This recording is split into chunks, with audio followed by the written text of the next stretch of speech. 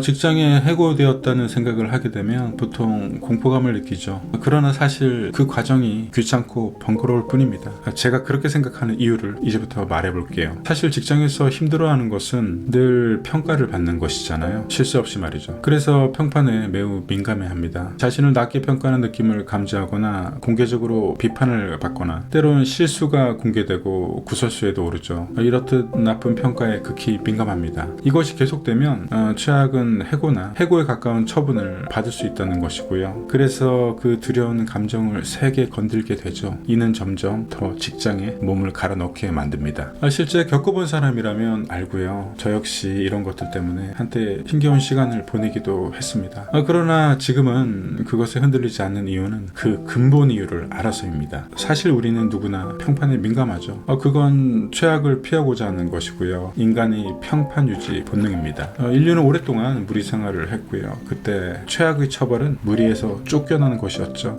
그만큼 무리에서 이탈되지 않기 위해서 우리 종족은 스스로 오랫동안 노력해 왔고요. 그것이 고스란히 유전자에 담겨 있습니다. 생존과 직결되는 문제였죠. 무리에서 쫓겨나면 여지없이 맹수가 기다리고 있다가 달려들어 나눠 먹혔습니다. 곧 죽음이었죠. 그래서 그런 유전자는 매우 짙게 우리에게 남아 있습니다. 그러나 지금은 5만 년 동안 겪어온 것처럼 무리에 이탈되었다고 죽음이 도사리지도 않죠. 생계도 사지가 멀쩡하면 먹고 사는 데는 사실 지장이 없습니다. 평가나 평판이 내려가는 것은 그래봐야 인사고과를 낮게 받거나 최악은 해고 정도일 뿐이죠. 그래서 맹수에게 뜯기지도 않고 죽음이 기다리지도 않죠. 그저 적당히 재취업하거나 다른 방법으로 살아가도 큰 지장은 없습니다. 솔직히 귀찮고 번거로울 정도일 뿐이고요. 그러나 현실에서는 무척 두렵죠. 왜냐하면 남의 눈을 의식해서 그렇습니다. 극단적으로 나이를 먹고 만일 알바라도 한다면 인생의 바닥에 떨어진 것처럼 남의 눈을 의식하죠. 사실 이 또한 평판 유지 본능입니다. 그래서 직장 안에서도 직장 밖에서도 또한 가족과 친지들이 모인 자리나 어느 사적 모임에서도 예외 없이 더 모이게 되면 슬슬 그 평판을 주시하는 유전자가 가동하게 됩니다. 전 그것을 적나라하게 알고 있습니다. 많은 책에서 탐독을 했고요. 또 그것을 글과 경험으로 녹이면서 고찰을 해봤습니다. 느낀 것은 그 유전자는 매우 세다는 것이죠. 예전에 제가 스터디 모임을 했었어요. 게다가 온라인이었죠. 사실 스터디 모임은 그렇게 관계나 평판 그런 것이 매우 약한 수준으로 연결된 관계망이잖아요. 하기 싫으면 바로 안 해도 되는 입출입도 비교적 자유롭고 선택적입니다. 그러나 이런 그룹마저도 참여자들에게 실력을 인정받거나 그렇지 못하거나 상대의 반응과 존중에 꽤나 신경을 쓰는 자신을 보고 무척 놀란 적이 있어요. 전혀 부담 없는 그런 그룹에서도 대면을 했을 때는 평판을 의식하는 자신을 보고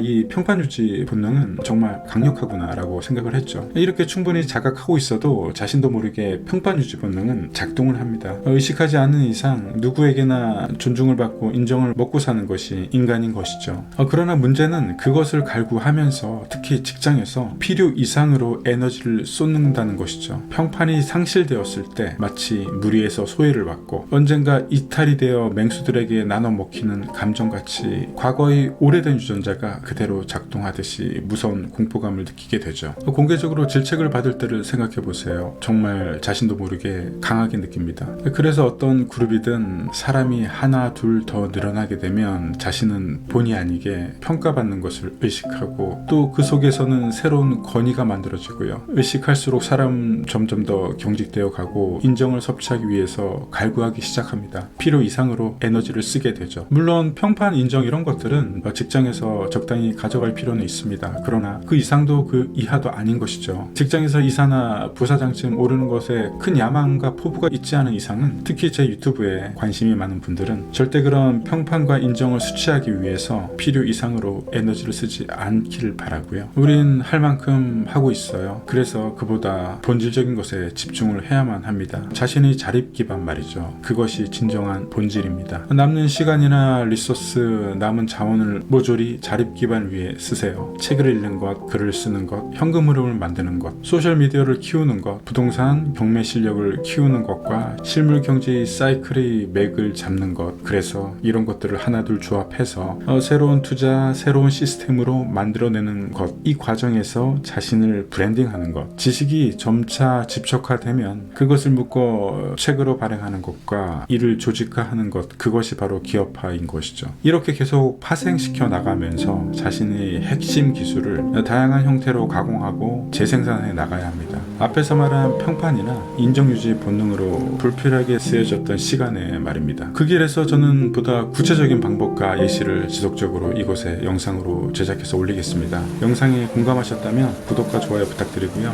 끝까지 봐주셔서 감사합니다.